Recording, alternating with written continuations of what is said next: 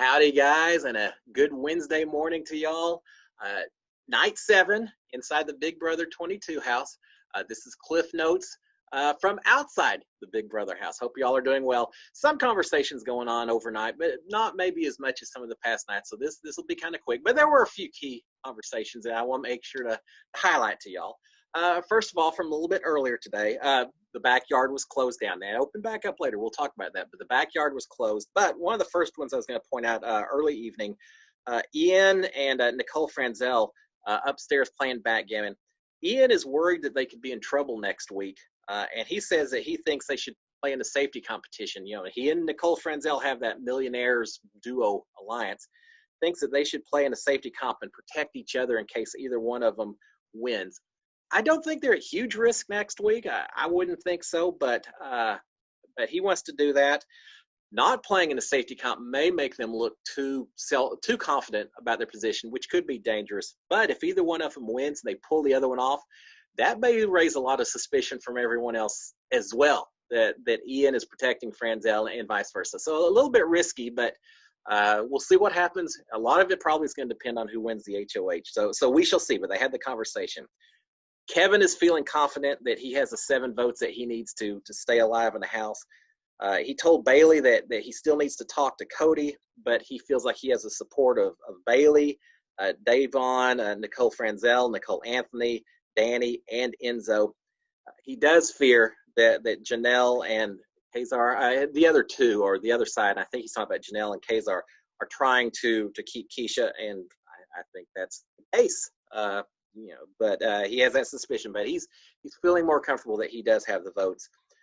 Danny and Davon talking to each other, and it's pretty funny because I think it was Danny that was asking Davon, or saying she's worried that Janelle and Kazar could be a couple, and Davon says, and maybe, and then they talk about how dangerous they would be if that was the case. It seems pretty obvious to me that the two of them are a couple. But when you're inside the house, you aren't seeing all the conversations. Maybe it's not so quite cut and dried, but yes, they are a couple, and yes, they could be incredibly dangerous if people aren't careful. That conversation was held. All the house guests were down in the bathroom getting their COVID testing. I'm not sure how often, once a week maybe, I'm not sure, but none of them liked it. They all were talking about how far back the Q-tips go and nothing pleasant about it. But they all did get tested, so obviously some of that's going on. Now, here's an interesting thing, and I didn't hear this until this evening. I saw actually a post on it, but the have-nots were ended tonight at midnight, but there's only single beds in that house and nowhere for the have-nots to sleep. So apparently they're still going to have to be up in the have-not room until new have-nots are named. And supposedly one of the reasons for that is, they have all single beds in the house this year instead of double beds, and apparently that's kind of a COVID rule. You have to have your social distancing while you're in bed, so no sharing a bed. So have-nots are going to be upstairs for just a little bit longer, but they do get food this evening, which that we're all excited about. I'll go ahead and talk about that right now. We didn't get to see it on the live feeds. They cut away just as they got their food on, and that was a little disappointment. But thankfully, Memphis and Nicole and Kevin and Ian are through with the slop. So hopefully they're all feeling much better. Memphis stayed up much later than he normally does, and I'm sure it was because there was good old food and pizza and everything else waiting for him. So congrats to all 4 of those guys for making it through a miserable first week of slop. Now I'm curious to see how the second week proceeds. Is it based on how you do in the HOH competition? Is the new HOH going to assign people? We shall find out. A couple of conversations. Christmas and Tyler talking to each other up in the HOH room. Christmas is worried about a Danny Janelle duo, and Tyler mentions that he doesn't really feel that Danny is quite meshed with the rest of this little alliance that they've got. In fact, it's funny, and I can't remember who mentioned it, but one of them mentions the fact that it may be Christmas, worried that Danny and Janelle have a pre-established relationship, that they did some gaming outside the house. Yeah, it's interesting. That's a new worry this season that most seasons you don't have to worry about. But are people making assumptions about who may or may not be working together based not on how they have acted or worked inside the house, but based on something that was set up outside the house? Something to think about. New worry this season. Christmas did state that she believes Nicole Anthony is in tight with Bailey, Davon, and Kevin, and there is that kind of relationship. Some commitments have been made. Davon talks about a little later this evening. I'll mention in just a minute. So she's worried about that, and fair enough. Christmas is going to try to get in tighter with Bailey, just to work on her and see what she can discover and try to help with that. It's funny. Christmas mentioned to Tyler, said, "I feel really tight with Nicole Franzel." So I think we've got that covered. And Tyler had to remind her that Nicole Franzel is part of the alliance that they have. You know, it's Tyler and Cody and Memphis, Nicole Franzel, Christmas, and Danny are this six that have come together. And Christmas forgot that Nicole Franzel is actually part of the six. So read into that what you may as far as how much value she sees and how tight that relationship may or may not be. Cody came in just as Danny was leaving. Tyler mentioned to him that Danny apparently has said that she doesn't feel as close to Cody or Tyler. Cody thinks she's doing that on purpose so that they don't look too suspicious or too tight. But they're a little bit worried that if you don't have a tight relationship, people are going to break off and disappear too easy. So they're a little concerned. They're feeling like this alliance so far isn't as committed to each other as level 6 was for Tyler, for example, 2 years ago. But they're going to work with it. They're going to see how it turns out. Right, now the exciting part. The house guest actually found beer and wine. I think 3 bottles of wine and some cans of beer as well. They were all incredibly excited.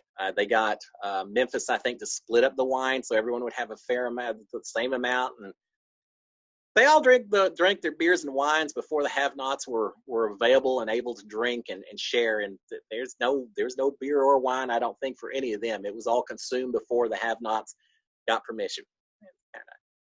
I think I would have waited, but hey, whatever.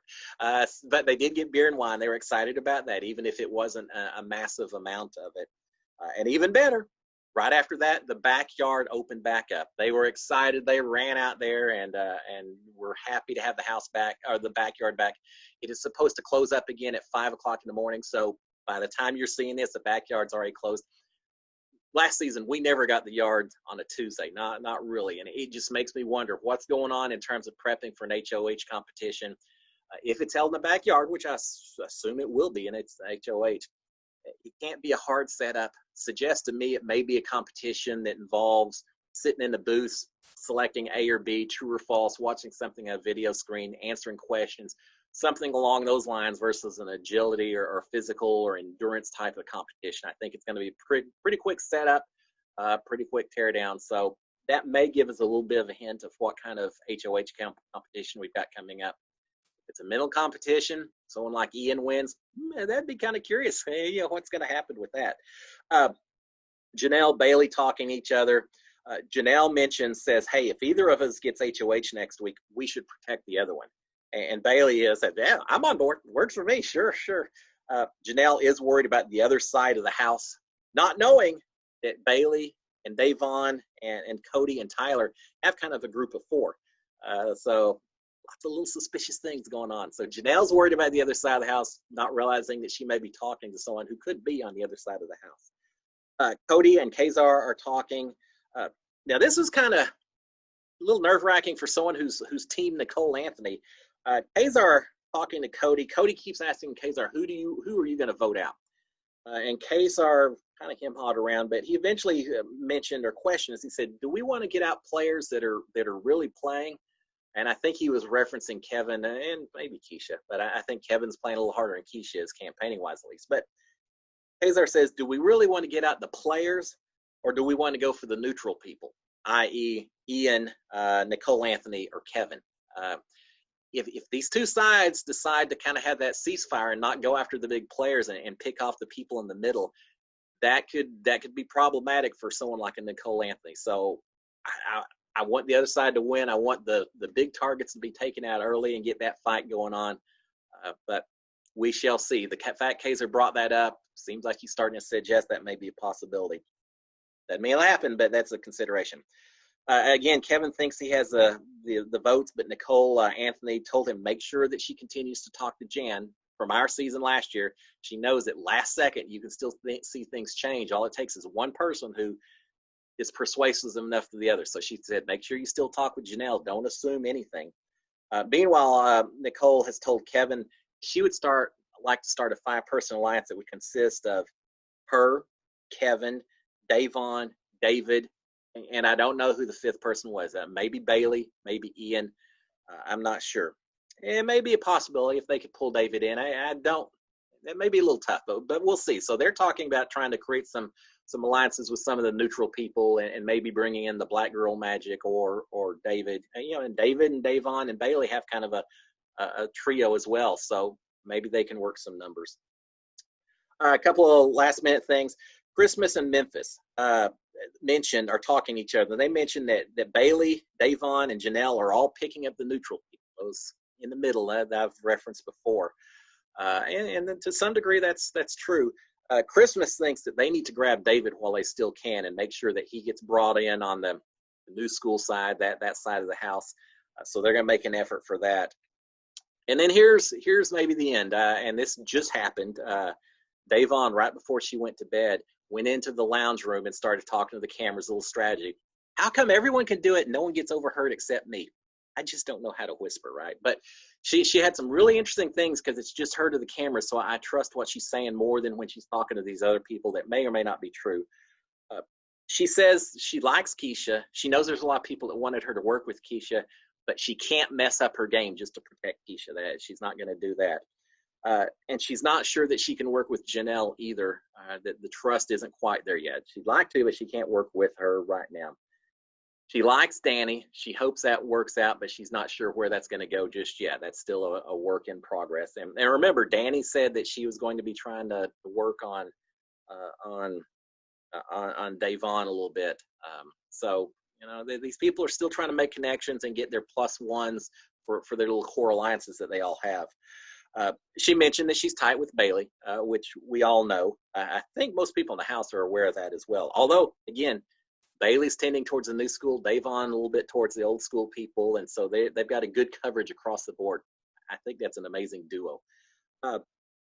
Cody and Enzo approaching her and Bailey, she says, really caught her off guard. She wasn't expecting it, but she thinks that's a good idea. She really likes that plan. She thinks it's something they can work with, so she's excited for that little alliance of 4. I kind of am too, because that's not what anyone would expect, and I'm curious to see how it all works out. Kevin, Nicole, Anthony, she says she loves so much, but she wishes that she hadn't immediately committed to them.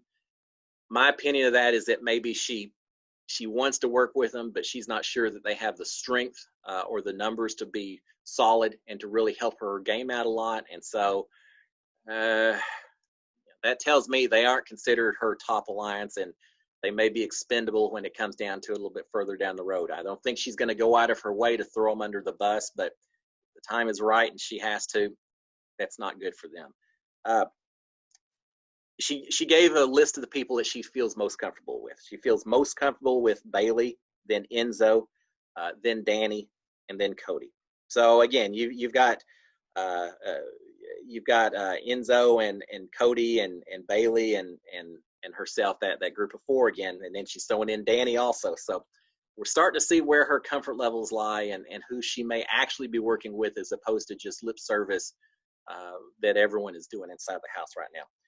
She's not sure about Nicole Franzel. She talked about it over and over because they've got history. Yeah, Nicole burned her during their season, and she won $500,000, but at Davon's expense. So she's not sure if she can trust Nicole. She said, I don't know. She must have said it 20 times in there.